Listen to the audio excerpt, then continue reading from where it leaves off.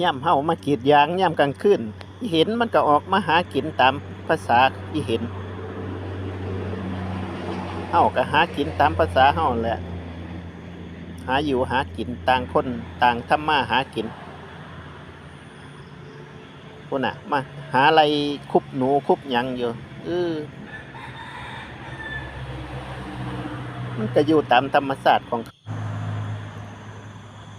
มันก็อยู่ตามธรรมชาติของเขาเลยนะเป็นตะแพร่งผลไล่หนูแหละ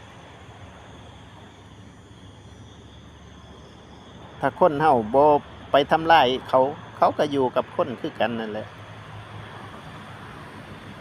ยามกลางคืนเฮากรีดยางมันก็ย่างตามก้นต่อยๆพี่น้องมันเป็นเห็นแผงมันใกล้จะสูญพันธุ์แล้วเห็นชนิดนี้เพราะฉะนั้นคนเฮาต้องรักษามันไว้อย่าไปไล่ล่าเขามันใกล้จะสูญพันธุ์เลยลูกเห็นแผง